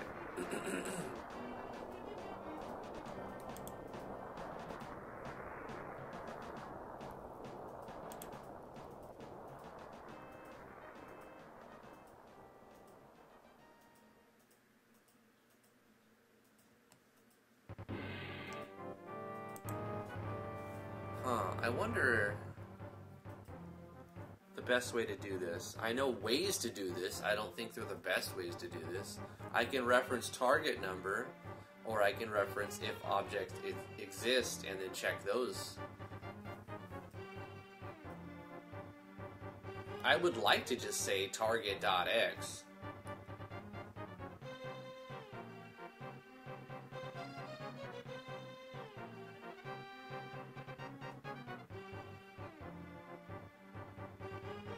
What's your trick for getting a smooth, clean font? Every time I use draw set font, I get blurry text. I don't know. Try bigger font size. Is your game zoomed in a lot and it pixelates because your screen size is really zoomed in? Try changing your font. Try changing your font size. Try changing your camera zoom. Try changing the room size.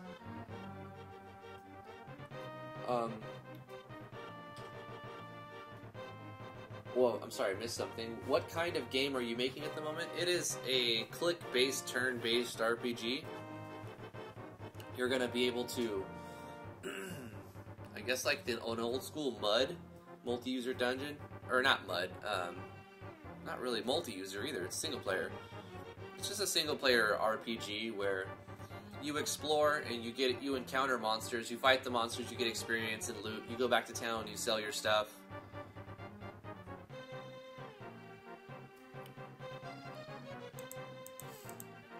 I guess it's a turn-based RPG, Dragon Warrior style, but there's no walking around on a map yet. Maybe we'll do that. Right now it's just transferring from scene to scene. There is formal tile layer support. Like, we can use, it has, like, what is it called, a grid? Tile grid? Tile set. It has a tile set support, so we could make it like, just like RPG Maker MV type of thing, where you walk from grid point to point and move like, where you press right one time and you go a set amount of pixels to a next part in the grid. We can do that. Or you can go with more of like the Crystallis, you press up and you go up a few pixels type of movement. So at this point I have to decide how I'm going to reference where the X and the Y location is being drawn. I would like to be like target.x, target.y, but as I've already tried, I can't store the value of the value of an object inside a variable, like as a whole object, inside of a single variable. So I have Battle Manager checking to see if the fish sign exists, and if the fish sign exists, it sets the target. So I can reference target and then reference that, or I can see if this exists. Actually, we'll just check target. If target is 1, then do this. But then this is gonna be really long. For every enemy I add, I have to add more of like that stuff. Like for the draw text. So draw text, at this point I go if O_battle manager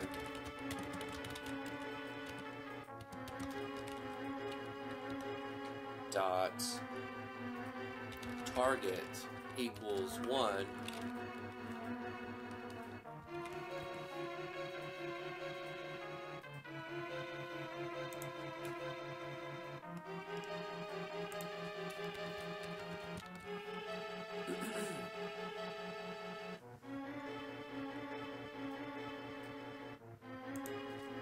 Player O__ player. Come on, fingers. Player dot. Oh my god. Damage. Player display. Display. I am just low blood sugar or something. Player display dot damage.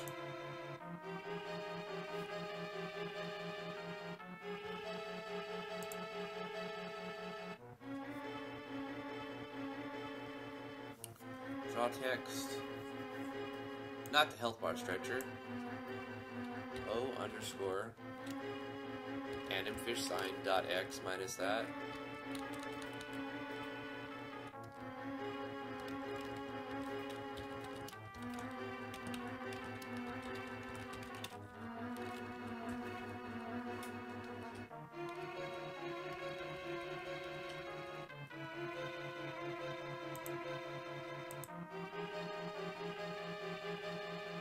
And I take this same thing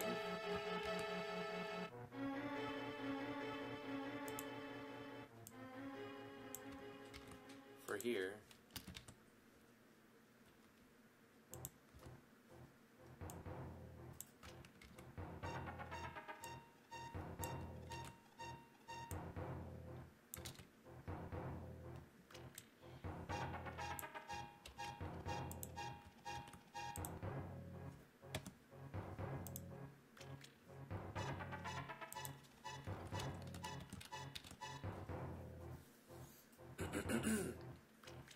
And see, I'll have to copy this and this for every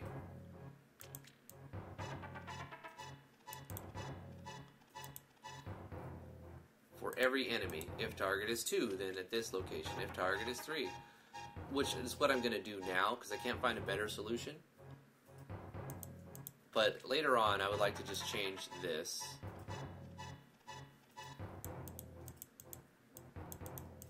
Not the condition, just eliminate having a condition. Just referencing the location as variables. But that's fine. Let's see if I've created bugs. More like how many.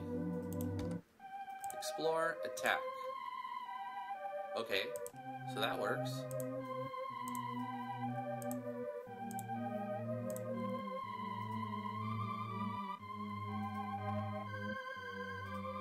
Oh, I see. I also have to do this if instance exists.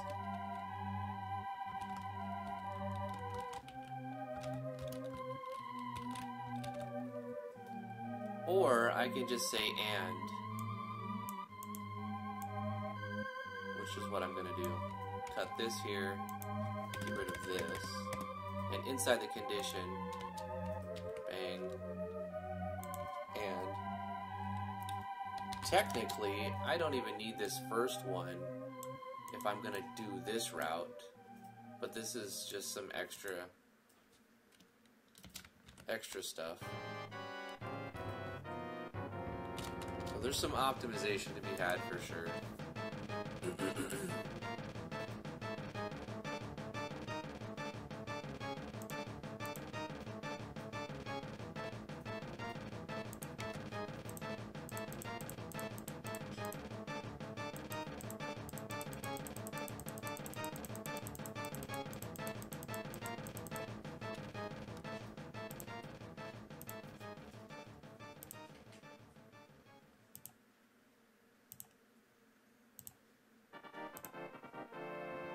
It is pretty cool, though. Am I taking damage after I kill him? Let's see. I kill him, I'm at 63. No, it does play one extra little particle, but it doesn't change the stats, so that's fine. It's just an extra particle. Attack, attack, attack, attack, attack. It shows the damage I'm dealing, the damage I'm taking. I move the numbers around. I like the changes. I like what I've done so far. Any tips at getting better at debugging? Learn to read your bug reports. Like, That's all I can say. Is the game will tell you where you're messing up. The engine will tell you where the bug's at. Most of the time, unless you have like some sort of abstraction. Tyler, what's up, Tyler? It's getting better. Yeah, that's pretty much it. Learn to understand infinite loops and how easily it is to infinite loop something. What about for logic errors? Well, I suppose it could help you get better. I don't really do this thing, but I don't really do this method that I'm about to tell you, but it can help. Write it out, like on a piece of paper or like a whiteboard. What's happening? Like make a flow chart. Say this event, this object is creating this object.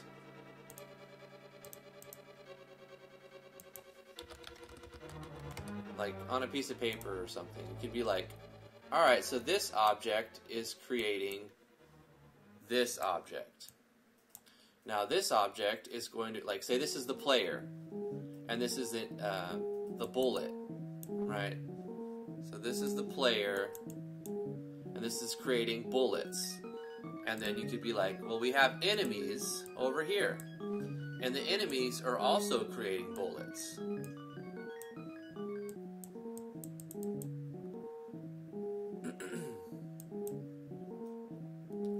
What happens when the two bullets collide? Should the bullets cancel each other out? What happens when the bullet hits the player? Does the player take damage? What happens when the bullet of the player hits the enemy? Does that take damage?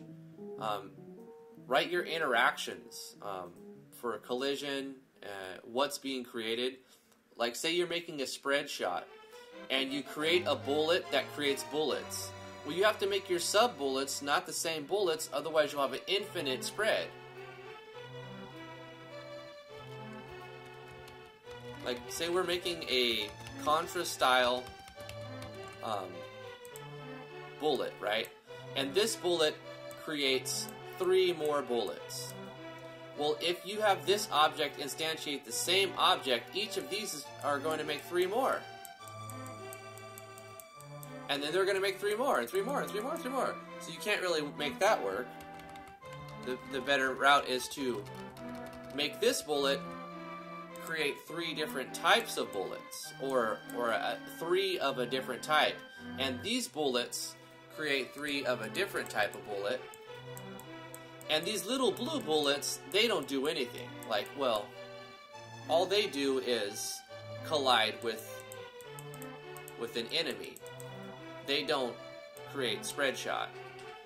So writing out your objects and your instantiation process, and I guess generally just using a flow chart can help you find your bugs for logic errors.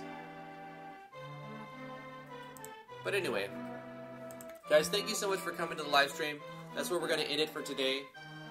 Monday through Wednesday, 10 a.m. to noon Eastern Standard Time. I'm working on RPG Maker MV, a project called Natural Explorers. I'd love to have you come hang out. On Fridays, 10 a.m. to noon Eastern Standard Time. Sarah Mitchell, subscribe. Thank you so much for that. On Fridays, I'm doing first impression videos, and when I'm not doing first impression videos, I'm just playing something randomly. It may be RPG Maker MV, most likely not. Maybe GameMaker Studio 2 again, most likely not. But it could be like me playing a video, just a different game. Fridays are free days, but usually I'm playing a first impression video that's been sponsored by somebody. So tomorrow I'm going to be playing first impression video, first impressions on an RPG Maker MV project. So hopefully you come join me tomorrow. The week after that, on Friday, is also booked. And the week after that is open. So let's see.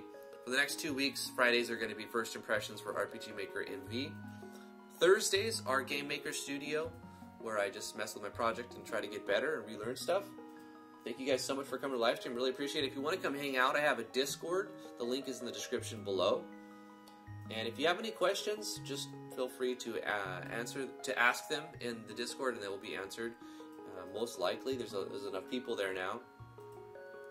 If you want to visit my website, driftwoodgaming.com, follow me on twitch.tv/driftwoodgaming. Please subscribe to my YouTube channel, youtube.com/driftwoodgamingmv. Like this video /live stream if you do enjoy it and want to see more. Is it possible to request explanation of a mechanic for Thursday? Is it possible to request explanation of a mechanic? Yeah. You can request like that sort of thing Monday through Thursday. Only time I'm not gonna like stop and describe, give you tutorials is on Friday when someone's paying me to play their game. I'm not gonna really explain how to do something except for what's relevant to the project, right? If it's the project's like, hey, it does this process, and I'm like, here's an explanation of how you can improve this. That's when I'll give explanations. But yeah, you can always request like how to make a mechanic carry Monday through Thursdays. Thank you so much.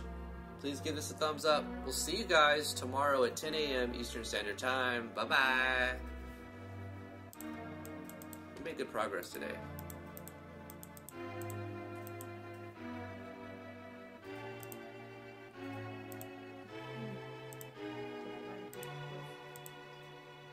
Oh, cool. Should put that in Discord on what I'm working on, like take a screen snippet. Tile D is so hard. Oh, bye guys.